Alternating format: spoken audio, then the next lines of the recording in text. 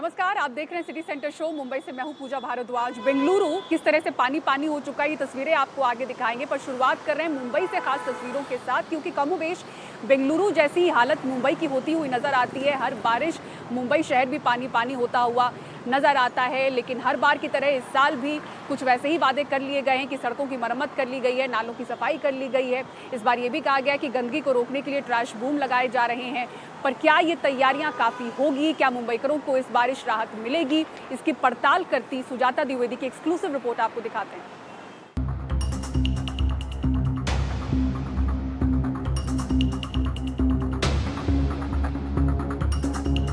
तस्वीरें खुद बयां कर रही है कि तैयारी कितनी हुई और कितनी बाकी है। कई नाले अब भी गंदगी से जूझ रहे हैं, उपनगर के फुटपाथ अधूरे हैं और अंधेरी का ये खुला मैनहोल खतरे की घंटी जैसे हर रोज बजा रहा है। जबकि नाला सफाई और सड़कों के कंक्रीटीकरण की डेडलाइन बीत चुकी है। कई जगहों पर काम ने रफ्तार पकड़ी भी है, लेकिन जमीनी हकीकत अब भी अनइवन है। सड़कें कई इलाके में अब भी खुदी पड़ी है और मानसून की आहट के बीच ये अधूरे काम चिंता बढ़ाते हैं। बीएमसी का दावा है कि इस बार तैयारी पहले से बेहतर है, मगर रिपोर्ट कार्ड में अब भी कई कॉलम मानो खाली है। सवाल यही है कि क्या वाकई इस बार तस्वीर बदलेगी या फिर मुंबई को एक बार फिर पानी पानी होने के लिए तैयार रहना होगा। पब्लिक से टैक्स क्यों लेते हैं? दुनिया की फर्स्ट नंबर की म्यूनसिपैलिटी है, जो उनको फंड आता है गवर्नमेंट से, क्यों साफ नहीं रखती है? BMC is doing a good job. अभी बारिश बस शुरू हुई है, लेकिन अंधेरी सबवे के पास दुकान चलाने वालों के दिलों में डर पहले से ही घर कर चुका है। हर साल जब बादल गरजते हैं, इन दुकानों के छतों के नीचे सिर्फ पानी नहीं भरता, वहाँ लोगों की उम्मीदें डूबती हैं, कमाई बह जाती है। 1 घंटे की बारिश में रोड बंद हो जाए, कल 2-3 घंटे के लिए ट्रैफिक बहुत होती है। अभी बारिश हुई है 10 दिन पहले, जो उसमें भी पानी भरा, रोड बंद। हमेशा के हाल है, ज़्यादा बारिश में 3 फुट 4 फुट दुकान में पानी होता है। सामान का तो बहुत नुकसान होता है। सामान का बहुत नुकसान होता है। बीएमसी वाले क्या करते हैं, हमेशा लगता है मोटर लगा हुआ, अभी भी कुछ मतलब नहीं मोटर लगाए। मुंबई का अंधेरी सबवे हर साल बारिश के दौरान जलमग्न नजर आता है। इसका बड़ा कारण है कि ये जमीन के निचले इलाके यानी एक लो लाइंग इलाके में स्थित है, और दूसरा बड़ा कारण इसका असमर्थ और आउटडेटेड ड्रेनेज सिस्टम, जो 1 घंटे में सिर्फ 25 mm की ही बारिश झेल सकता है, जबकि मुंबई में हर घंटे इससे कई गुना ज्यादा बारिश होती है। हालांकि हर साल बीएमसी का प्रयास रहता है कि इस पंपिंग सिस्टम को और ज्यादा बेहतर कर यहाँ पर इस पानी भरने की समस्या को सुलझाया जा सके। हालांकि हर साल हम स्थिति वही देखते हैं। मुंबई की नदियों और क्रीकों को गंदगी से बचाने के लिए अब बीएमसी सिर्फ सफाई नहीं, स्मार्ट स्ट्रैटेजी अपना रही है। नालों में लगाए जा रहे फ्लोटिंग ट्रैश बूम्स, यानी ऐसे फ्लोटिंग बैरियर्स जो बहते कचरे को वही पकड़ लेते हैं, इससे पहले कि वो मीठी नदी या मड क्रीक तक पहुंचे। गोराई, मलाड और अंधेरी जैसे इलाकों में 9 बूम एक्टिव हो चुके हैं और 8 और जल्द लगने वाले हैं। ये सिर्फ नाला सफाई नहीं, यह है सस्टेनेबल फ्लो मैनेजमेंट की अगली level strike. Storm water drain department का एक इनिशिएटिव है, इसको ट्रैश बूम बोलते हैं। और ये ट्रैश बूम में 2 पार्ट्स है। एक तो नाले में नेट लगा हुआ है, जो सॉलिड वेस्ट जो कचरे से अपना स्लम से आता है, उन्हें जो नाले में फेंकते हैं लोग, वो इधर ट्रैप होता है। ट्रैप होके ये कन्वेयर बेल्ट है, जो उसको मोटर लगी हुई है, वो कंटिन्यूस घूमता रहता है। तो जो भी वो नेट में अटका है, वो ये ट्रैश बूम कन्वेयर बेल्ट से नाले से बाहर निकालता है और डस्टबिन में आता है। और फिर रेगुलरली ये प्रोसेस है, ये 24/7 चलता है। हर साल मुंबई की बारिश बीएमसी के लिए एक परीक्षा लेकर आती है और सबसे पहले तैयारी की जाती है नाला सफाई को लेकर, क्योंकि मुंबई के नालों से गाद निकालना बहुत जरूरी है। यदि ये गाद नहीं निकाला गया तो फिर इससे जो पानी और खासतौर पर जो उसके कचरे हैं, वो आपको मुंबई के सड़कों पर नजर आएंगे। और इसी से बचने के लिए मुंबई के बीएमसी ने अब ट्रैश बूम ये कॉन्सेप्ट निकाला है। दरअसल मानसून से पहले बीएमसी की तैयारियां हर साल कई स्तरों पर होती है। इस साल बीएमसी ने 386 जलभराव वाले स्पॉट्स चिन्हित किए हैं, जो पिछले साल की तुलना में कम है। जल निकासी के लिए शहर भर में 417 डी वाटरिंग पंप्स लगाए गए हैं, जबकि 2023 में इनकी संख्या 482 थी। नालों से 13.1 लाख मीट्रिक टन गाद हटाने का लक्ष्य तय किया गया है, जिसमें अब तक 80% काम पूरा हो चुका है। कुल 986 सड़क परियोजनाओं में से 559 को 31 मई तक पूरा करने का लक्ष्य रखा गया है। पहली बार IoT आधारित स्मार्ट पंप लगाए गए हैं जो जल भराव की स्थिति पर रियल टाइम निगरानी कर सकेंगे। नालों में कचरा रोकने के लिए 23 ट्रैश बूम्स लगाए जा रहे हैं, जिनमें से 9 लग चुके हैं और 8 जून में एक्टिव होंगे। नाला सफाई में अब भी अनियमितता की शिकायतें सामने आ रही हैं। करीब 40% साइट्स पर गाद पूरी तरह से नहीं हटाई गई है। इस बार BMC का मुख्य फोकस जल भराव रोकना, स्मार्ट तकनीक का इस्तेमाल और सड़कों को कंक्रीट करना है। बारिश की आहट आते ही नेताओं की निरीक्षण यात्राएं भी तेज हो जाती हैं। बीजेपी मुंबई अध्यक्ष आशीष शेलार आज शहर की कंक्रीट सड़कों का हाल जानने पहुंचे और जमीनी सच्चाई भी सामने आई। अब तक सिर्फ 65 किलोमीटर सड़कों का काम ही पूरा हुआ है और 31 मई की डेडलाइन पर सवाल उठने लगे हैं। शेलार ने चिताया कि अगर 20 मई तक क्योरिंग नहीं हुई तो अधपके सीमेंट को बारिश और ट्रैफिक बहा ले जाएगा। आज की स्थिति रास्तों की सीमेंट कांक्रीटाइजेशन की जो है वो काम पूरा नहीं हुआ है। जो काम पूरा हुआ है उसकी जानकारी अधिकारी दे रहे हैं, वो करीब 60% है।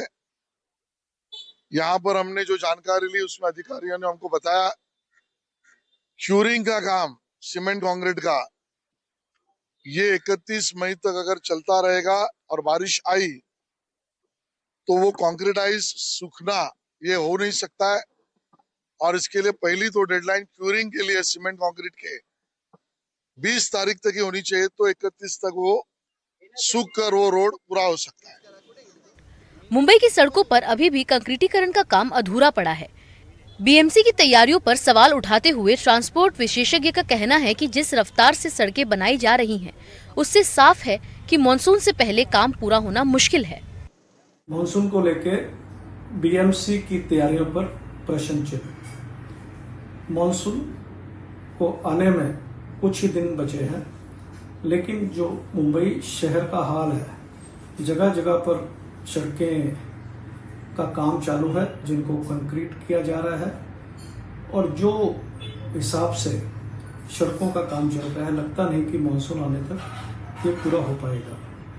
दूसरी तरफ जो सफाई अभियान है, जो ड्रेनेज सिस्टम है, जैसे कि हमारे नाले हों या गटर्स हों, उनका भी जो सफाई अभियान में कोई तेजी नहीं देखी जा रही है। तो हम BMC से निवेदन करते हैं कि मानसून की तैयारियों को तेज करें और एक अनुसूचित करें कि मानसून में नागरिकों को और परिवहन उद्योग को इसमें कोई दिक्कत नहीं आएगी।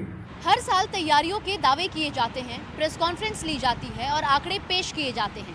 इस साल BMC ने 1930 करोड़ रुपए के बजट का आवंटन किया है। नाले सफाई, स्मार्ट पंपिंग मशीन और ट्रैश बूम जैसी तकनीक के जरिए हालात को सुधारने के वादे के साथ। लेकिन बात सिर्फ वादे का नहीं, बात है ग्राउंड पर परफॉर्मेंस की। लोगों की मांग है कि जो तमाम प्लानिंग हो रही है वो सिर्फ पेपर्स तक सीमित ना रहे, वो हर गली, मोहल्ले, सबवे और नाले तक पहुंचे। ऐसे में BMC द्वारा कोशिश की जा रही है कि आवंटित इस बजट के जरिए लोगों को इस मॉनसून ज़्यादा से ज़्यादा सुविधा दी जाए। ऐसे में अब जब BMC चुनाव सर पर है, मुंबईकरों को अब वादों से ज़्यादा एक्शन से फर्क पड़ रहा है। मुंबई से कैमरा पर्सन सचिन सावंत के साथ सुजाता द्विवेदी, NDTV इंडिया के लिए। और कुछ ही घंटों की बारिश में बेंगलुरु शहर के कई हिस्से में पानी भर गया। नाव, ट्रैक्टरों से लोग आवाजाही करते हुए दिखे। निहाल किदवई की रिपोर्ट आपको दिखाते हैं। एक बार फिर बेंगलुरु शहर के बीचों बीच बोट और ट्रैक्टर लोगों की मदद करते नजर आए। पानी घरों में घुस आया, पानी निकालने की कोशिश नाकाम होती रही, क्योंकि झीलों या इसके रास्तों पर बने लेआउट का पानी जाए तो कहां जाए। मैंने BBMP से संपर्क किया, लेकिन सही रिस्पांस नहीं मिला। मैं चाहता हूं अधिकारी इस समस्या की तरफ ध्यान दें। आज यहाँ पे ये 10 साल से तो हो रहा, लेकिन इतना भयानक तो अभी मैंने देखा नहीं। इसी साल मैं इतना भयानक देख रही हूँ कि बोट से इवैक्यूएट कर रहे हैं। हर साल तो मैं परेशानी में हूँ, परेशान हो रही हूँ मैं, लेकिन इस बार ये बोट से हो रही। ये किसकी प्रॉब्लम है बताइए? हम तो टैक्स सही से करते हैं ना। बेंगलुरु में बाढ़ आने के कई कारण हैं। हर जगह इमारतें और अपार्टमेंट्स बन गए हैं, जिससे झीलों और नालों का रास्ता बंद हो गया है। दूसरा कारण है गलत ड्रेनेज सिस्टम। बारिश का पानी बहने के लिए सही रास्ता नहीं है, इसलिए वो सड़कों और घरों में भर जाता है। तीसरा कारण है प्लास्टिक और कचरे का नालियों में फेंका जाना, जिससे पानी का बहाव रुक जाता है। कर्नाटका में मॉनसून जून के पहले हफ्ते में आएगा, लेकिन प्री मॉनसून से ही शहर के हालात बिगड़ गए। मौसम विभाग के मुताबिक इस बार बारिश सामान्य से ज्यादा होने की संभावना है। कुछ घंटों की बारिश के बाद शहर के कई इलाकों में कुछ ऐसे ही हालात देखने को मिलते हैं। वजह है अतिक्रमण। अतिक्रमण हुआ है उन रास्तों पर जहां से बारिश का पानी झीलों तक पहुंचता है।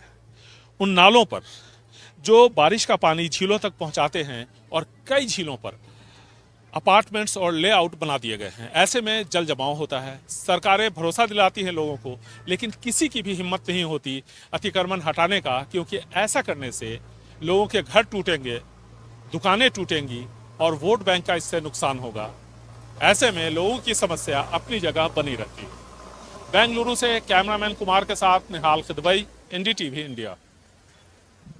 और कोरोना वायरस ने एक बार फिर से दस्तक दे दी है। हांगकांग, सिंगापुर, थाईलैंड, चीन में तेजी से कोविड के मामले बढ़ रहे हैं। भारत में 257 सक्रिय कोविड मरीज हैं। सबसे ज्यादा महाराष्ट्र, तमिलनाडु, केरल में नजर आ रहे हैं। और इसी बीच मुंबई में एक बड़े बीएमसी अस्पताल केईएम में 2 मौतें हुई हैं, जो कि चिंता का विषय है।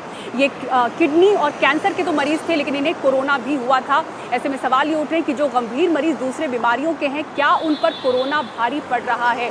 और इसी के साथ ही जो जमीनी स्वास्थ्य सेवा है महाराष्ट्र में, उसको लेकर भी सवाल उठ रहे हैं, क्योंकि 1 लाख से ज्यादा मौतें कोविड के दौरान महाराष्ट्र ने देखी हैं। और जो प्राइमरी हेल्थ सेंटर्स हैं वो काफ़ी मायने रखते हैं।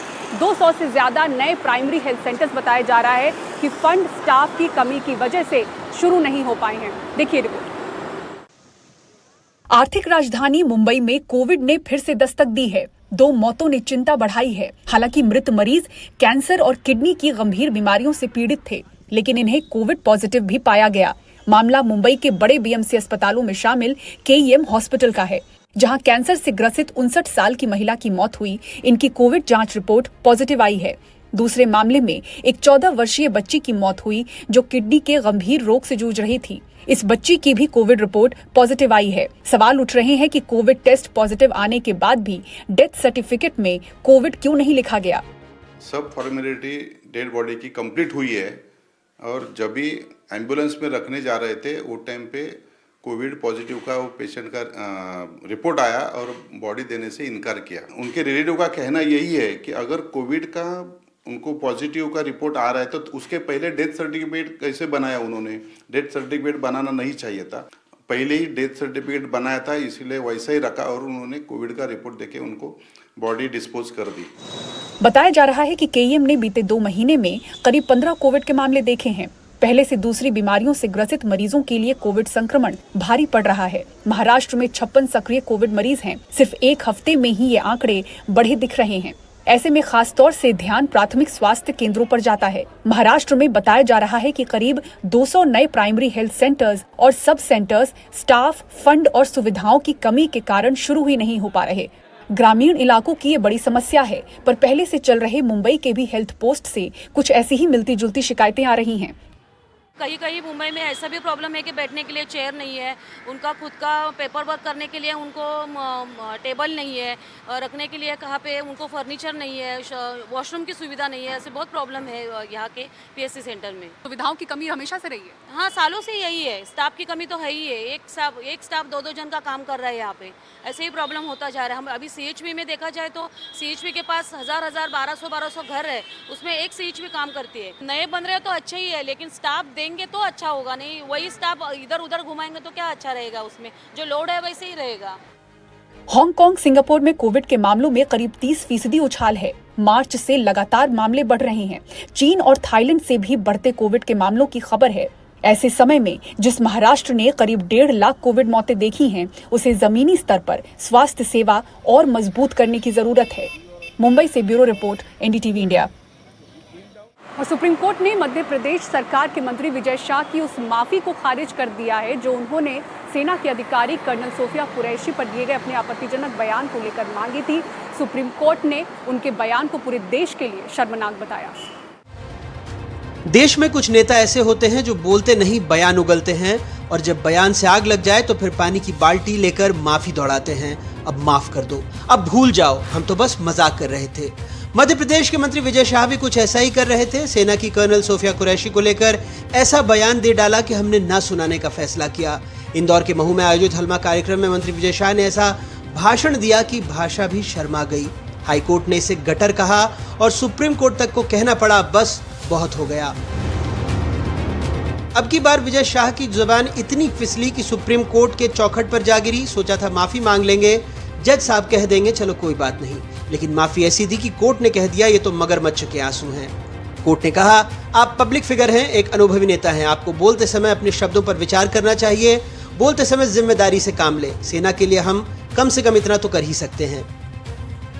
विजय शाह ने फिर कहा हमें वाकई खेद है, ये तर्क खारिज किया जाता है, हम आपकी माफी स्वीकार नहीं कर रहे। आप लोगों के सामने पूरी तरह से बेनकाब हो चुके हैं, आपने लोगों की भावनाओं के साथ खिलवाड़ किया है। आप कह रहे हैं अगर आपने ठेस पहुंचाई तो क्या हुआ? हाई कोर्ट की तरफ से एफआईआर दोबारा लिखने के आदेश के बाद से अब तक आपने क्या किया है? याचिकाकर्ता ने माफी मांगी है, कहाँ है वो माफी और क्या है उसमें, हम देखना चाहेंगे। आपने किस तरह की माफी मांगी? कभी कभी माफी बचने के लिए मांगी जाती है तो कभी कभी ये मगरमच्छ के आंसू जैसी होती है। आपका क्या मतलब है? जिस तरह के भद्दे कमेंट आपने किए वो भी बिना सोचे समझे, अब आप उसके लिए माफी मांग रहे हैं। 11 मई को महू में मंत्री जी ने जो भाषण में बोला वो न सैनिकों का सम्मान था न बहनों का, वो था सत्ता की बौखलाहट में लथपथ एक गलीच सोच का प्रदर्शन। और जब मामला बढ़ा तो मंत्री जी बोले बात को गलत संदर्भ में लिया गया। वाह साहब, जबान आपकी, मतलब हम संदर्भ ढूंढें। पहले बयान, फिर बहाना, फिर खेद, फिर एफआईआर, फिर सुप्रीम कोर्ट, फिर एसआईटी। यानी मंत्री जी ने ऐसा कुछ नहीं कहा, लेकिन फिर भी हर स्तर पर माफी मांगते घूम रहे हैं। लेकिन पहले हम आपको उनकी 2 माफी भी दिखा ही देते हैं। पहली माफी, कैमरा खुलने पर गंभीर, माइक बंद होते ही हंसने लगे। समाज और धर्म को भी अगर मेरी बातों से चोट पहुंची हो तो मैं 10 बार माफी।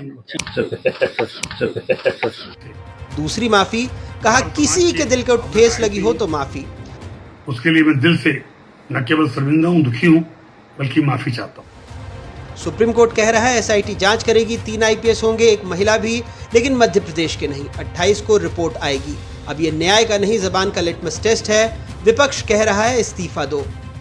तो मैं समझता हूँ कि तत्काल संवेदनशील का एक होने का परिचय देना चाहिए मुख्यमंत्री जी को, तत्काल इस्तीफा लेना चाहिए। ऐसे कई मामलों में नोटिस तत्काल देते हैं, लेकिन आज अगर 5 दिन 7 दिन में अगर इस्तीफे तो दूर अगर नोटिस भी नहीं दे रहे तो ये भारतीय जनता पार्टी खुद चाह रही है कि सेना का अपमान हो। पर सरकार कह रही है अभी कोर्ट देख रहा है, यानी जो व्यक्ति सेना के अपमान पर जबान फिसलाए वो कुर्सी पर जमा रहे और लोकतंत्र देखता रहे। कुछ तो मंत्री जी को क्लीन चिट तक दे चुके हैं। न्यायपालिका ने जो आदेश दिया है, हमारी सरकार ने उसका यथायोग्य तरीके से पालन किया है और न्यायालय जो कहेगा हम उस हिसाब से चलते जाएंगे। उनका स्पष्टीकरण भी उन्होंने दिया है कि कहने का तात्पर्य वो नहीं था। निश्चित तौर पर शब्दों की हेराफेरी जरूर हुई है, लेकिन उसमें कहीं अपमानित करने का उनका मंशा, जो कहते हैं एक मन से होता है, तो मंशा नहीं दिखी है। मंत्री जी के खिलाफ एफआईआर भी हाईकोर्ट के संज्ञान लेने पर ही दर्ज हुई। हाईकोर्ट ने साफ कहा कि उनकी भाषा गटर छाप है और एफआईआर दर्ज होने के बाद भी हाईकोर्ट ने पुलिस की खिंचाई की और कहा ये इतनी साफ सुथरी कैसे, इसे मंत्री जी को फायदा पहुंचाने के लिए डिजाइन किया गया है। वो सारी बातें गायब की गई हैं जिससे मंत्री जी पर आरोप साबित हो सके। वैसे ही मंत्री जी पहली बार नहीं फिसले हैं। 2013 में भी ऐसे ही फिसलने से मंत्रिमंडल से छुट्टी हुई थी। तब तत्कालीन मुख्यमंत्री शिवराज सिंह चौहान की पत्नी को लेकर ऐसी बात कह दी थी कि उन्हें मंत्री पद से हाथ धोना पड़ा था। राहुल गांधी के अविवाहित होने पर टिप्पणी करते हुए कहा 50 साल के हो गए हैं, कुछ कमी है क्या? 2023 में विजय शाह वन मंत्री थे। अभिनेत्री विद्या बालन शूटिंग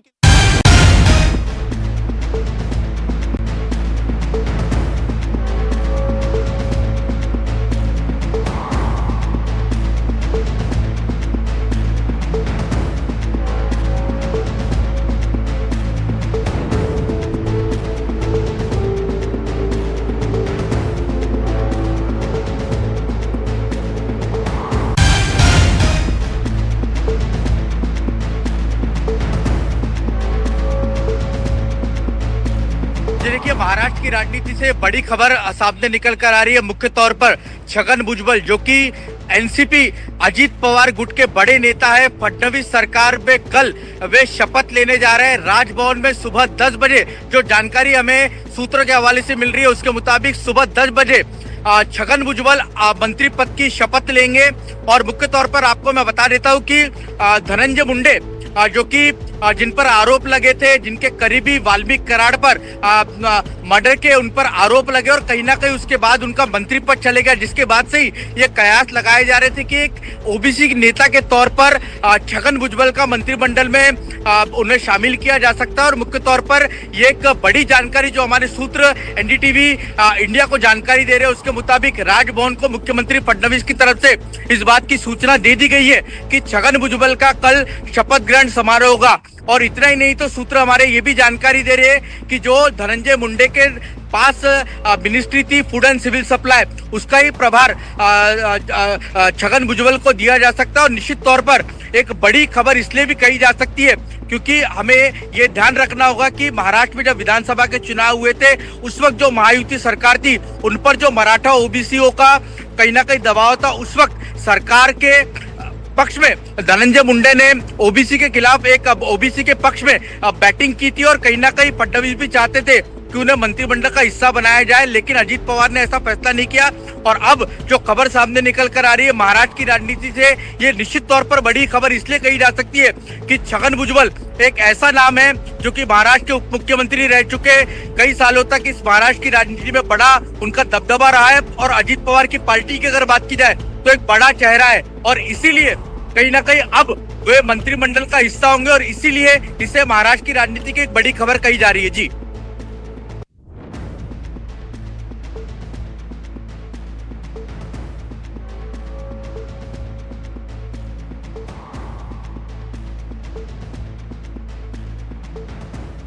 तो बड़ी और अहम खबर आपको बता दें, कल महाराष्ट्र सरकार का विस्तार होगा और महाराष्ट्र से इस वक्त की बड़ी खबर, छगन भुजबल मंत्री पद की शपथ लेंगे। रौनक कुकड़े हमारे सहयोगी लगातार बने हुए हैं। रौनक, ये समीकरण बदला कैसे और अचानक से इसकी जरूरत क्यों महसूस हुई?